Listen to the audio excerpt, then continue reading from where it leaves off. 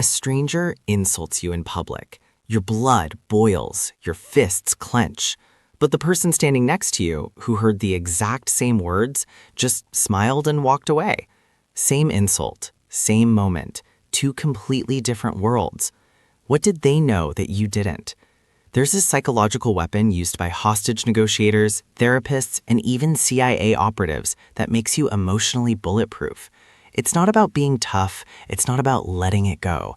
It's about rewiring how your brain processes conflict so that triggers simply bounce off you. In the next few minutes, I'll show you why people attack you, the hidden addiction fueling every toxic interaction, and lay the groundwork for a method that makes you psychologically untouchable. But first, you need to understand something disturbing. Here's what nobody tells you about conflict. Most arguments aren't about winning, they're about feeding. Think about the last time someone provoked you. Maybe they made a passive-aggressive comment, maybe they questioned your intelligence in front of others. You felt that surge, right? That burning need to defend yourself? That feeling, that's exactly what they wanted. Because toxic people don't attack you because they hate you. They attack you because they're starving for something they can't generate themselves, emotional energy. It's like a vampire that can't produce its own blood, so it hunts for yours. When you react, when you defend, explain, or fight back, you're not standing up for yourself, you're feeding them. Every sharp reply you give, every frustrated explanation, every second you spend justifying your worth to them is fuel. You think you're defending yourself, but you're actually giving them exactly what they came for: your attention, your time, your emotional investment. Psychologists call this narcissistic supply, and you've been the supplier without even knowing it. And here's the pattern you've probably lived 100 times. Someone throws bait, a provocative text at midnight, a subtle insult wrapped in a joke, a question designed to make you explain yourself. They don't want answers, they want sparks. And here's the trap. We've been taught that silence equals weakness, that if you don't defend yourself, people will walk all over you. So we engage, we explain, we argue. But here's the brutal truth. You cannot reason with someone who's emotionally invested in misunderstanding you. Think about it. How many times have you lost your peace just to prove you were right? And how many times did you actually win? In those heated moments, they're not listening to your words. They're feeding off your emotion. The more you explain yourself, the more power you give them. And here's what makes it worse. The people who provoke you most are often the ones who know you best. They know which buttons to push. They know what you're insecure about. They know exactly how to phrase something to get under your skin. An ex who texts you knowing you'll analyze it for hours. A family member who brings up your failures disguised as concern. A coworker who raises their voice in meetings because they know you'll defend yourself.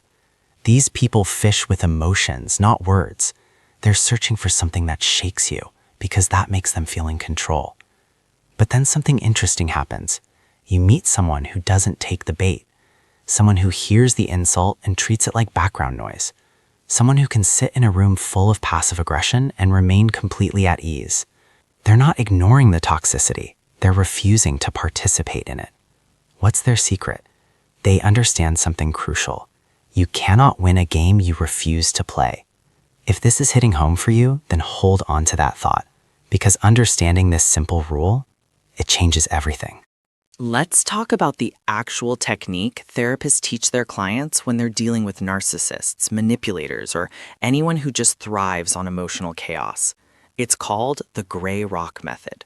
The concept is simple, but it's devastatingly effective. You make yourself as uninteresting and unresponsive as a gray rock.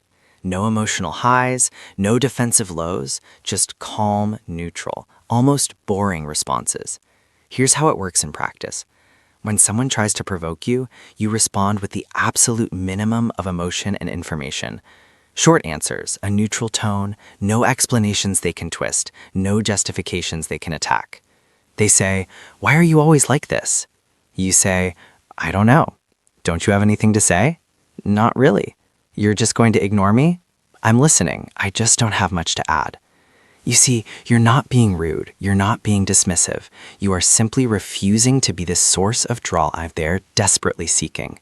And the beautiful part, this works because it removes the very reward they're chasing. But there's a critical piece here that most people miss. This isn't about suppressing your emotions. It's about choosing where you invest them. You can feel everything, the anger, the frustration, the hurt, but you don't have to perform those feelings for someone who will weaponize them against you.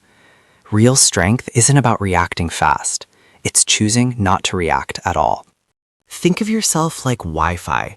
If they can't connect to you, they can't drain your energy. Save your depth for people who have earned it. Save your vulnerability for relationships that honor it. Save your explanations for those who actually want to understand. Everyone else, they get the gray rock. When you master this, something profound happens. People are still talking. They're still trying to provoke you. But you don't feel a thing. Their voices just fade. And for the first time, you can actually breathe. You stop being controlled by other people's chaos. That coworker who used to ruin your entire day with one offhand comment, now they're just background noise. That family member who could always push your buttons, they're still pushing, but nothing's happening. You're not reacting because you finally realize their opinion of you is not your emergency. Their need for drama is not your responsibility. Their inability to regulate their own emotions is not your problem to solve. This is what true peace looks like. It's not the absence of conflict, but the presence of choice. You choose what affects you. You choose what deserves your energy. You choose who gets access to your inner world. And here's the twist nobody ever sees coming. When you become unbotherable, you become unstoppable. Because the person who can't be baited into drama, who can't be manipulated through emotion, who refuses to waste energy on pointless battles, that person has an unfair advantage in life. While others are exhausted from arguing, defending themselves, proving themselves, you're focused on what actually matters. While they're stuck in these endless cycles of reaction, you're building something real. That's the ultimate power move. It's not about fighting better. It's about refusing to fight at all. You become the gray rock, solid, unmoved, unaffected. And in your stillness, you find a strength that no argument could ever give you.